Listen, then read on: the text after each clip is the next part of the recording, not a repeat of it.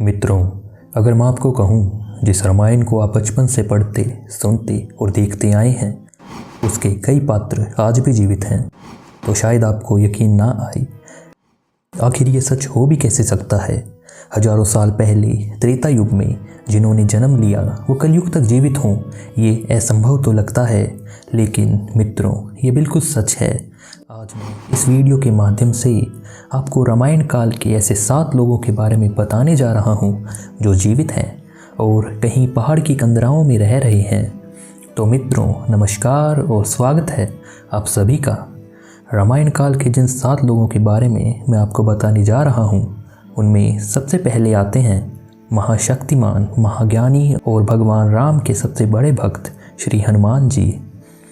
प्रभु श्री राम के भक्त हनुमान जी आज भी जिंदा हैं।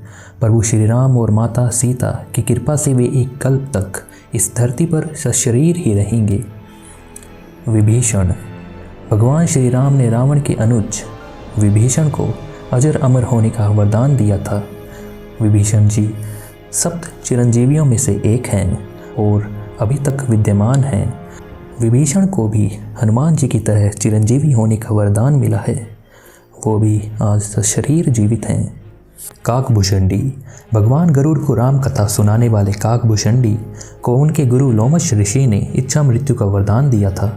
दरअसल लोमश ऋषि के शाप के चलते काकभूषणी कौवा बन गए थे। लोमश ऋषि को बाद में इसका पश्चाताप हुआ, तब उन्होंने काकभूषणी को बुलाकर शाप से मुक्त होने के साथ ही राम मंत्र दिया और इच्छा मृत्यु का वरदान भी दिया। कहते हैं कि कौवे का शरीर पाने के बाद ही राम मंत्र मिलने के कारण उस शरीर से उन्हें प्रेम हो गया और वे कौवे के रूप में ही रहने लगे और कालांतर में काकभूषणी के नाम से पहचाने गए। जामवंत। अग्नि के पुत्र जामवंत को भी प्रभु श्री राम से कल्प के अंत तक जीवित रहने का वरदान मिला हुआ है। माना जाता है कि देवासुर संग्राम में देवताओं की सहायता के लिए जामवंत का जन्म अग्नि के पुत्र के रूप में हुआ था। उनकी माता एक गंधर्व कन्या थी।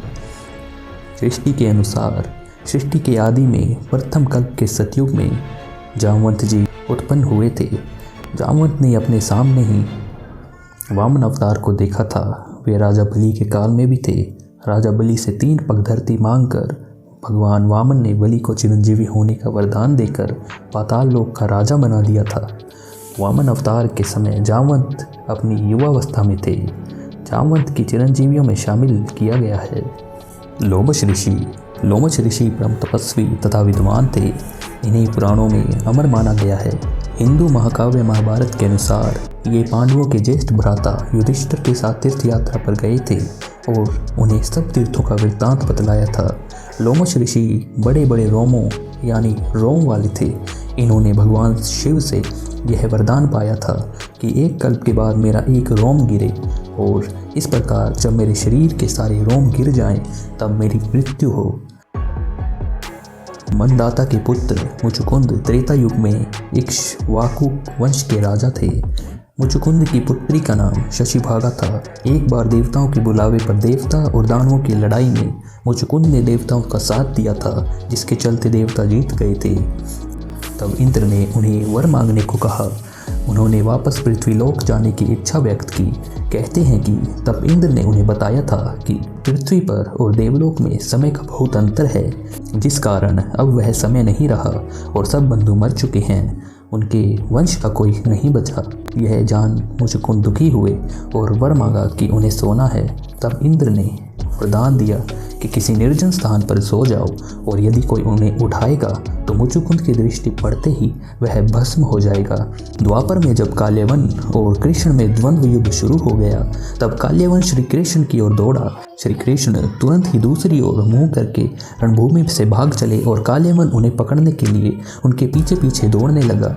श्री कृष्ण लीला करते हुए भाग रहे थे। काल्यवन पग पग पर यही समझता था कि अब पकड़ा तब पकड़ा। इस प्रकार भगवान बहुत दूर तक एक पहाड़ की गुफा में घुस गए। उनके पीछे काल्यवन भी घुसा। वहाँ उसने एक दूसरे के मनुष्य को सोते हुए देखा।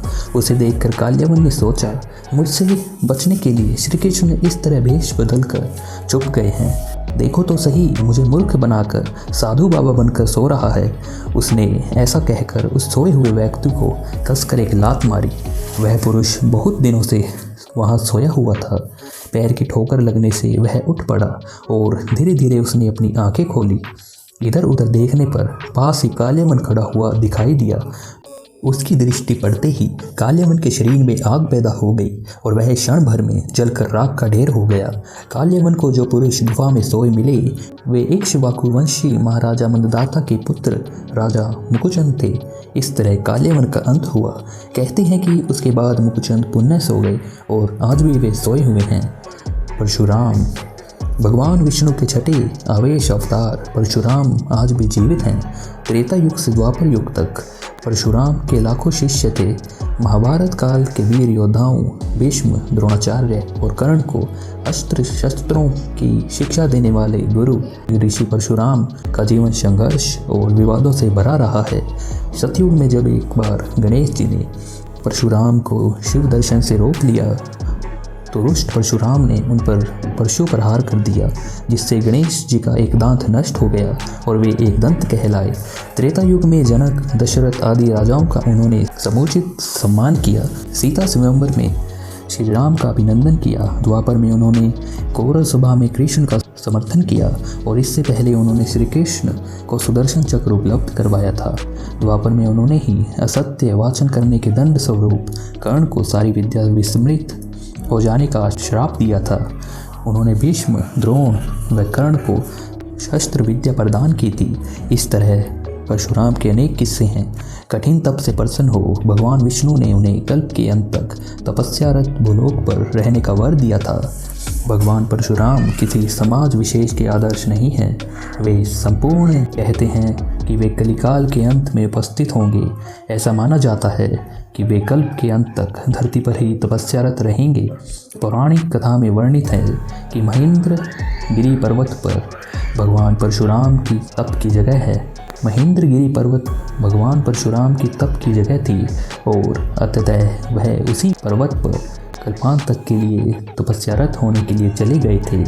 तो मित्रों, ये थी रामायण काल के वो 7 लोग जो आज भी जीवित हैं। उम्मीद करता हूँ आपको ये वीडियो पसंद आई होगी। इसी के साथ अब मुझे दें इजाज़त। मैं फिर लौटूंगा ऐसे ही कुछ और धार्मिक जानकारियों के साथ। तब तक के लिए अपना और अपने चाहने वालों का ख्याल रखें। धन्यवाद।